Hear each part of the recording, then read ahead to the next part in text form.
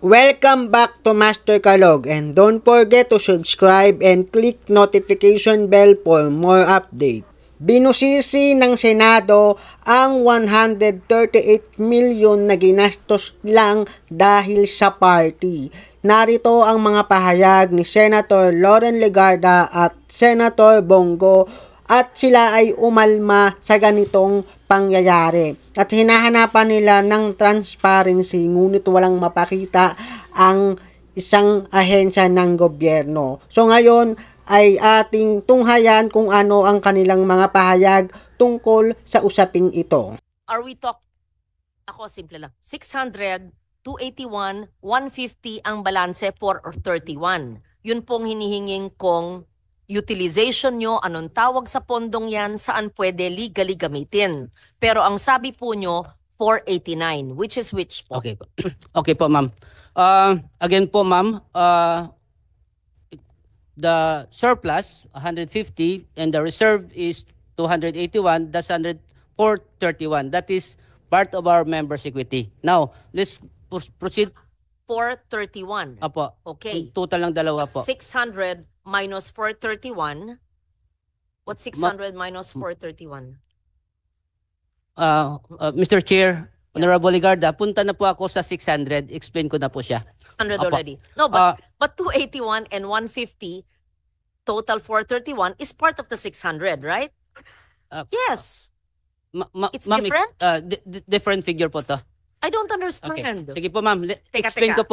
ko po ng klaro. Ibig nyo sabihin, iba pa yung, meron kayong 600 billion, meron pa kayong 281 billion na reserve, at meron pa kayong 150 billion na surplus? Kala ko po, itong 281 at 150, total 431, ay parte ng 600. Explain Iba ko pa po, ma'am. Explain ko siya ng konti. Go ahead. This- Sige, Sige, pa-explain kasi nalilito na kami. Kaya Iba kailangan yung ko po sinasabi ipapaliwanag. iba yung nababasa namin, iba yung sinabi mo sa plenary, iba rin po yung sinasagot nyo rito. Opo. Sige Ano, po. para sa kaalaman po ng mga kababayan nating nakikinig at nangangamba sa kanilang benepisyo mula sa PhilHealth, paliwanag mo po ano yung 600 billion, kung parte ba itong 431 o 489. Okay po. Paki-simplify lang po. Yes po. Wag niyo pong lituin ang ating mga kababayan. Yes po. Ang pinag-usapan po natin dito actually kung sa accounting po, balance sheet to. Balance sheet, we have the assets equals liabilities plus equity. So this equity, ang pinag-usapan natin na surplus and reserve is part ng members' equity. So sa kabilang right side po siya. Now, ito pong dalawang ito, That's 281 and 150, 431, Apo, ha? apo. Okay po. okay po, yung back up nito o sa kabilang banda niya, yung asset po natin, ito yung sinasabi na 600 po. We have as of September 628.2 billion asset, total asset po. Total asset that is cash in the bank. Cash, non-cash, including mga properties po ng korporasyon, Teka. total po to. Hindi. Yung 600 na yan, bigay nyo yung breakdown. So, Yes po. ibig sabihin, Yan mo ako ng balance sheet. 281 and 150, 431 billion, iba pa sa 600. So, meron kayong 600 plus 431. Ha? Okay. So, Saan nyo So, mali kukunin? pala ang balita. Hindi lang pala 600 ang meron kayo. 1 trillion. Ma'am, 1 trillion. Sabihin explain ko nyo. explain ko ma'am ha. Sige, paki-explain Ha? muna. Explain ko po ma'am. Mr. Chair, explain ko lang siya ng konti. Again, 628, babalance ito eh. Because again, the asset should be total to the liabilities and members' equity. Now, on the part of the asset natin, we have 628.2 as of September. Sa 600, Ulit. Ang pinagsimulan po natin yung 600 billion na nababasa namin sa pahayagan at nang sinabi po ng DOH na meron po ang PhilHealth. 600 billion cash. Kanina, isang oras na yata tayo, lahat ng kasamahan nyo, including ang CEO at yung abogado, sinabi na meron daw kayong 281 na reserve at 150 na surplus. Sabi nyo, CEO and attorney, parte ito ng 600B. Sinasabi po ngayon ni Mr. Limisiaco po. Yes, nahiwalay pa ito maliban sa 600B. So, ibig sabihin, ang assets nyo, cash and non-cash, ay 1 trillion. Pakipaliwanag. Yes po, ma'am. Mr. Chair, again, ito yung members equity po. Ang backup po niya yung ating assets. Now, sa total assets of 628, yung investment po natin, investment po. Kasi ang ating asset ay classified into two.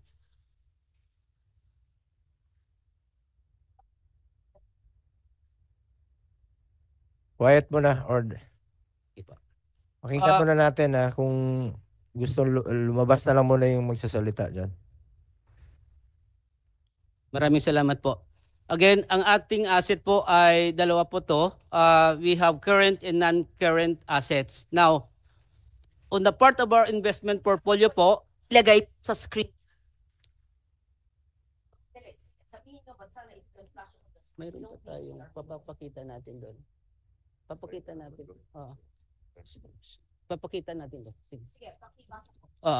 Ma'am, Mr. Chair, Honorable Ligarda, again, dalawang klase po yung ating assets, current and non-current assets. Now, as mentioned by our PCEO, the total investment portfolio, 489, dito po siya nasa asset po. So, ibig sabihin, our reserve and our surplus, ang backup niya ay ang ating assets. Now, sa asset po nito, malaking 489. Opo, malaki Assets.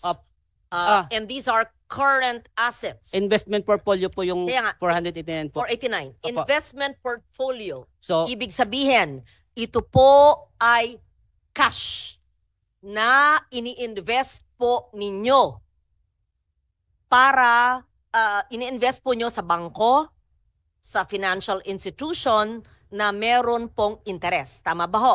Opo. Okay? I-breakdown meron po kayong- natin, ma'am. Ano po? I-breakdown po natin. One question lang. Anong Sige. kinukonsider mo ba ang PhilHealth as negosyo o medical insurer? Health insurance po tayo. Health. Opo. Very clear po sa amin na health Paintindi insurance. sa mga kababayan natin. At sa pangalawang tanong, saan nyo kukunin ang inyong working budget for next year na 200, how much is that? 280? 281. Saan nyo kukunin dito sa sinasabi ninyo?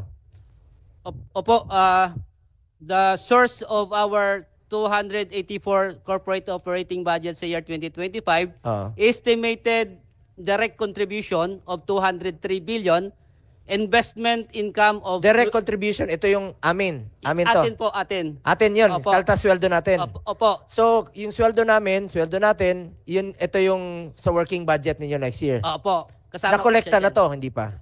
That is estimated po. Estimated Na pa. Kukolektahin pa. Sa Okay. 2025 po. Out of 283, magkano? 284 po. 280. 203 ay estimated. Yung 81, saan nyo kukunin?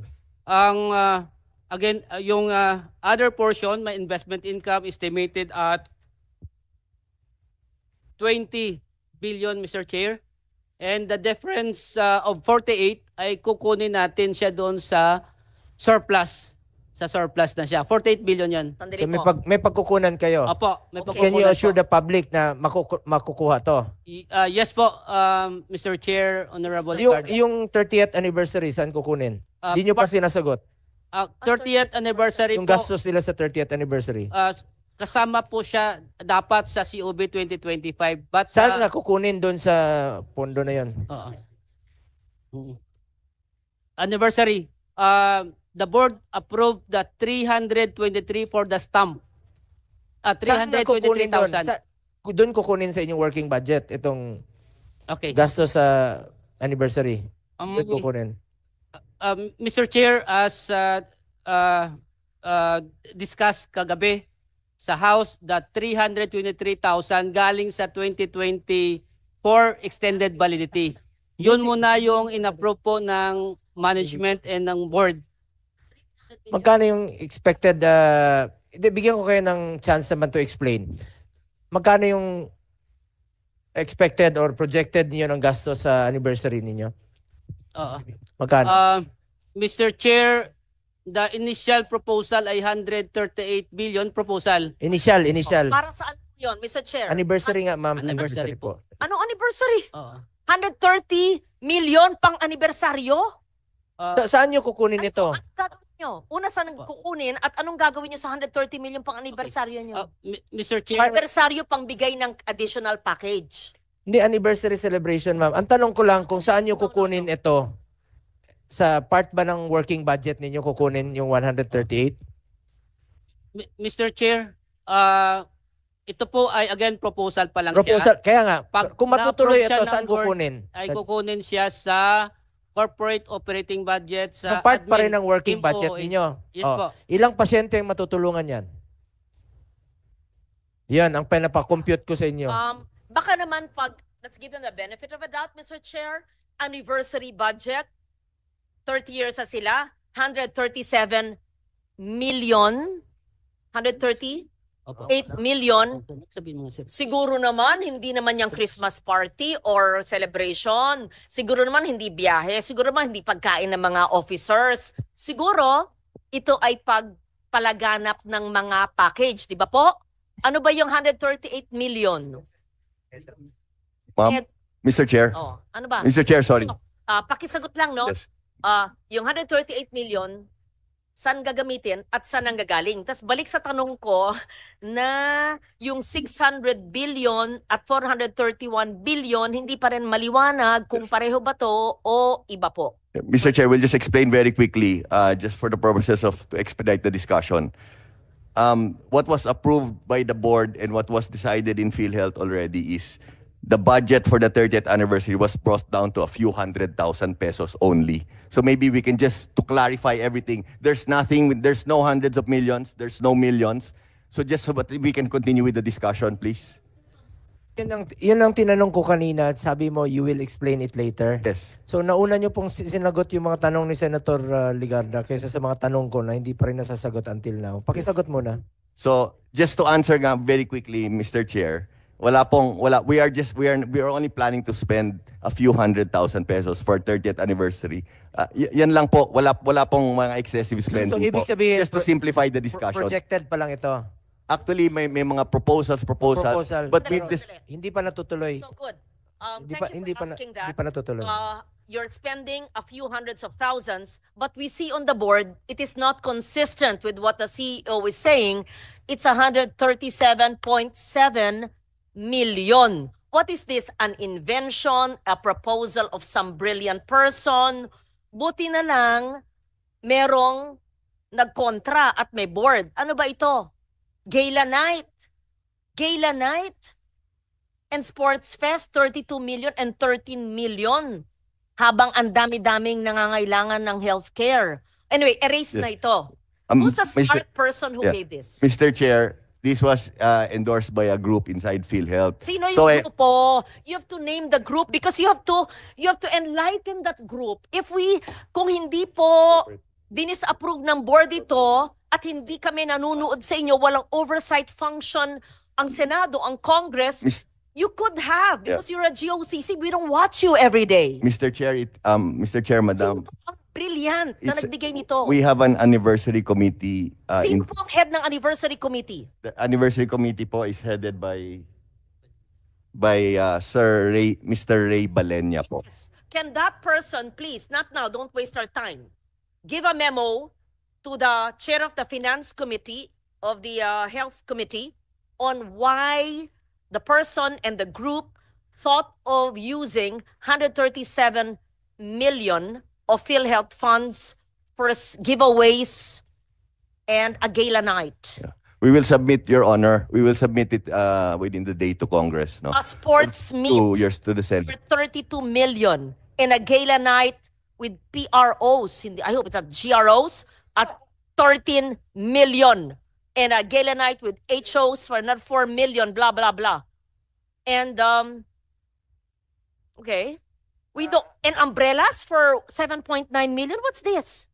Special tokens and umbrellas? Senator Lauren, Ma'am, to may lang simplify po, the no? discussion, all of those.